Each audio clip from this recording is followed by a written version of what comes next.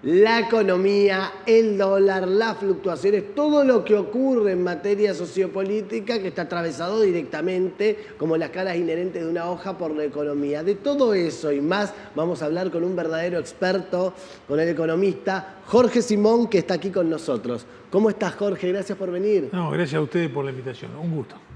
Un placer, un placer.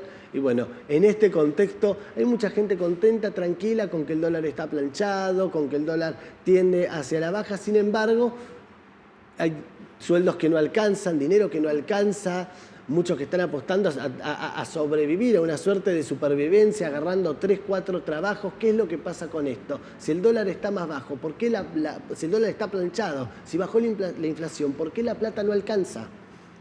Bueno, vamos por parte. El dólar está en un 1.450, 1.500 distintos, según los distintos dólares. Pongamos un dólar promedio de 1.450.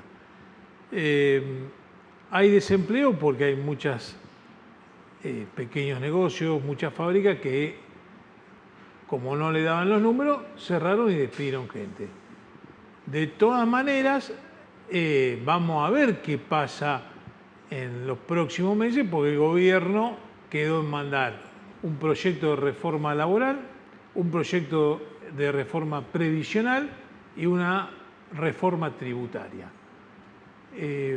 Está todo por verse. ¿Por qué no alcanza la plata? Porque los sueldos aumentaron en menor medida que la inflación. ¿Por qué no hay desarrollo económico? Porque con las tasas que para pedir un préstamo están cerca del 80% anual, nadie en su sano juicio va a sacar un préstamo con ese tipo de tasas. Y eso se traslada a un montón de decisiones individuales. Vos vas a sacar un crédito hipotecario para cambiar tu casa o comprar tu casa cuando tenés ese tipo de interés. No, imposible. La inflación es cierto que se acomodó, se ha reducido, pero hay otras variables que todavía no se han equilibrado. Ahí vamos, y eso produce que el dinero no alcance, que haya mucha gente que no llega a fin de mes. Y sí, y también muchas decisiones postergadas, porque hay gente que tenía unos ahorros, decía, bueno, con estos ahorros más un crédito hipotecario me puedo comprar mi casa, me puedo comprar un departamento más grande y lamentablemente todo eso está demorado.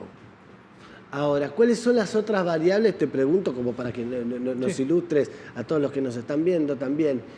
Si ya el dólar está planchado, si ya bajó la inflación, ¿cuáles son las otras variables entonces que se tienen que ir acomodando?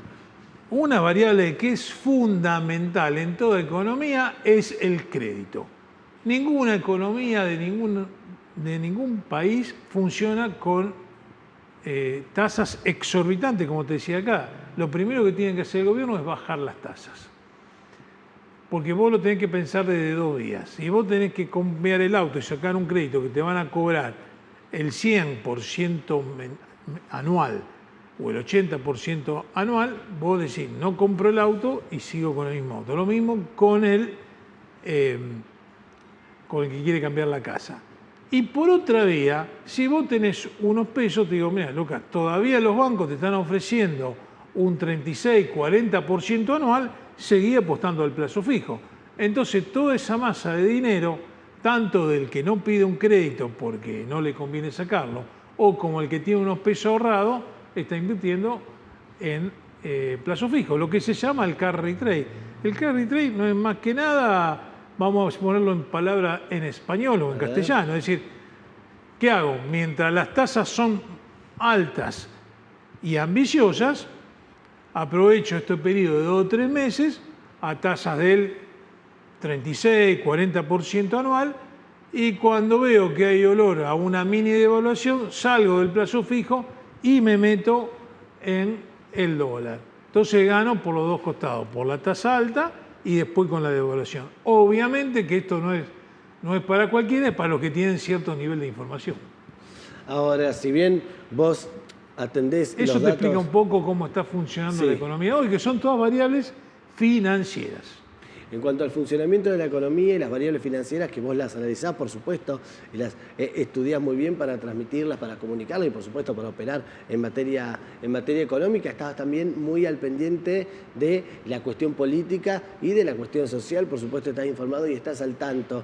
Dijo alguien por ahí que el órgano más sensible del ser humano es el bolsillo, justamente. ¿Crees que esto favoreció, o tal vez el miedo, tal vez el temor, favoreció al resultado electoral?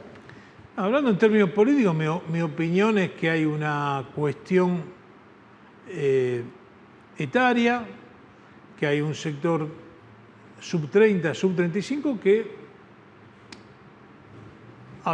que le seducen todas estas ideas y bueno, y hay que respetarlas. Yo creo que en todo proceso inflacionario, de muy alta inflación, lo que viene luego son grandes cambios. Menem recibió el país con hiperinflación y le permitió hacer los ajustes que hizo porque la gente estaba agotada de las empresas públicas que no funcionaban y demás. Milei no recibió el país con hiperinflación, estaba muy lejos, pero sí con una inflación galopante o una inflación importante. Y eso hace que después viene y la gente tolera ciertos ajustes.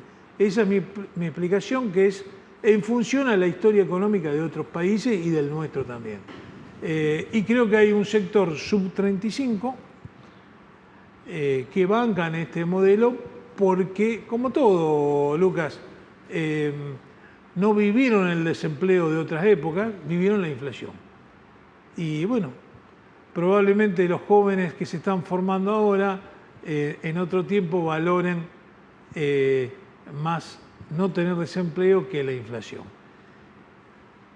Igual, yo soy afiliado al justicialismo y creo que el radicalismo y el justicialismo, los dos partidos, los dos integrantes de los partidos, nos debemos una fuerte autocrítica porque del 83 para acá, y esto prácticamente compartido entre radicales y justicialistas, no hemos podido resolver el tema inflacionario. Los países vecinos de Latinoamérica lo han resuelto y todos saben que más de un 8% de inflación anual no es positivo y encienden las luces para contenerlo. Y en esto somos radicales y peronistas, somos por igual de responsables. No hemos podido tomar el tema inflacionario y resolverlo una vez por todas, que en eso tienen razón todo lo que lo dicen. Chile lo resolvió hace mucho, Brasil lo resolvió hace mucho, un país como Perú también. Entonces, un poco también creo que nos falta autocrítica a los que venimos de estos dos partidos mayoritarios. La autocrítica siempre es necesaria y también es necesaria la revisión.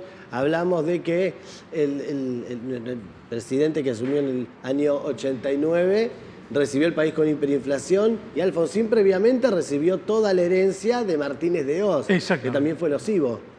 Bueno, ahí mucha gente se pregunta por qué el argentino piensa en dólares, compra en dólares y en otros países no ocurre lo mismo. Vos vas a Chile o a Brasil, querés pagar con dólares, te dicen no, vaya a cambiarlo al banco y viene y me paga con pesos chilenos o con reales. No, realmente en Chile podés pagar de casualidad el hotel, si vas, te aceptan los dólares. Para las operaciones comunes no. Acá no se ha hecho una verdadera revisión histórica en lo económico de la dictadura militar. Se comienza a pensar en dólares gracias y a partir de Martínez de Oz. Donde no, ahí empezó lo que ahora llaman carry trade, ahí se empezó las financieras.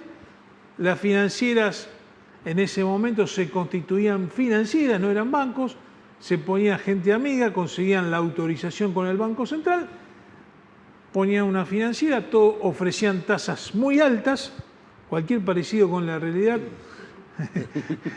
y la ficción, cada uno puede sacar sus conclusiones, pero en ese tiempo era más fácil de hacerlo, ofrecían tasas altas, captaban dinero, luego esa financiera desaparecía y venía el Banco Central y pagaba todo.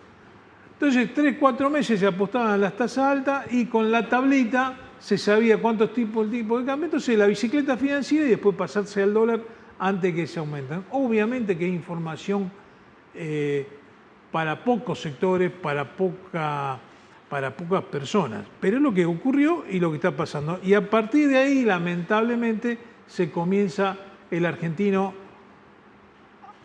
piensa en dólares, compra en dólares, porque todos tenemos nuestro precio de los autos valuado en dólares, nuestros inmuebles valuados en dólares, y todos, cuando vos te preguntan cuánto cuesta un monoambiente, vos vas a dar un precio en dólares, no vas a dar el precio en pesos.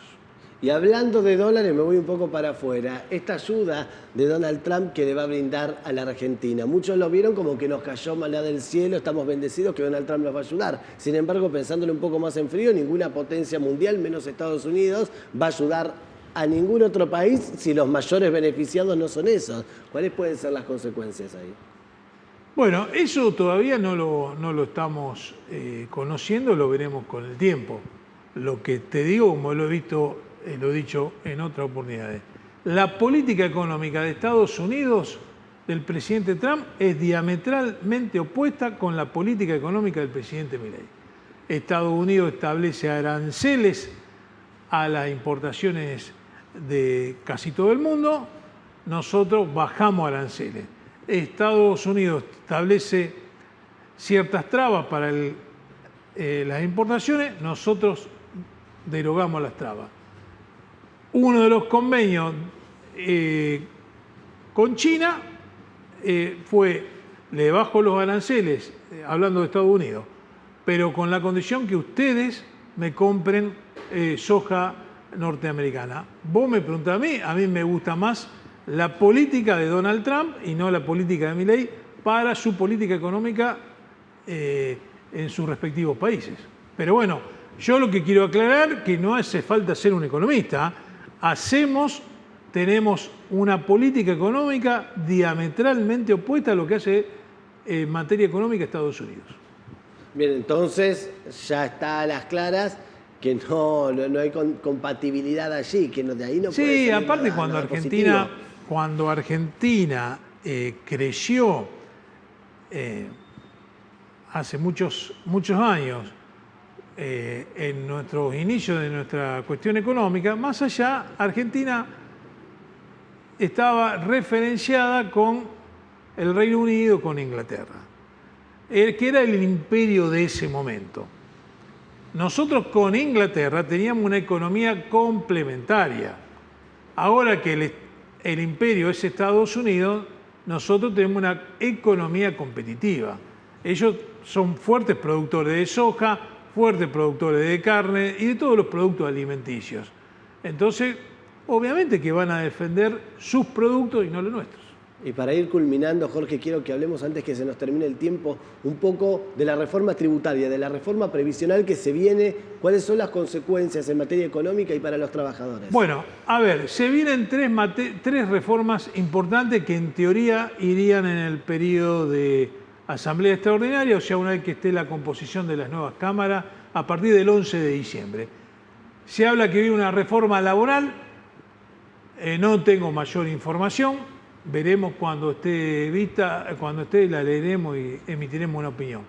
Se viene una reforma tributaria que, por lo que viene diciendo el gobierno, va a derogar varios impuestos.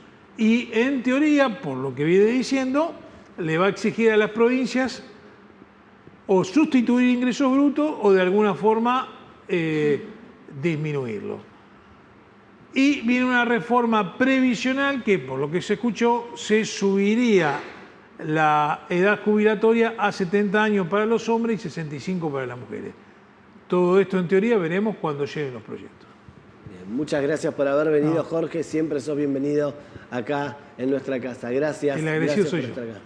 Muchas gracias y te vamos a volver a invitar, por supuesto, porque nos quedaron un montón de interrogantes para desarrollar. Dale, ahora cuando estén las leyes presentadas podremos hablar con más certeza. Claro que sí, acá te esperamos, Jorge. Muchas gracias. Gracias. Muchas gracias. En instantes nada más nosotros volvemos con muchísimo más de Somos Eco.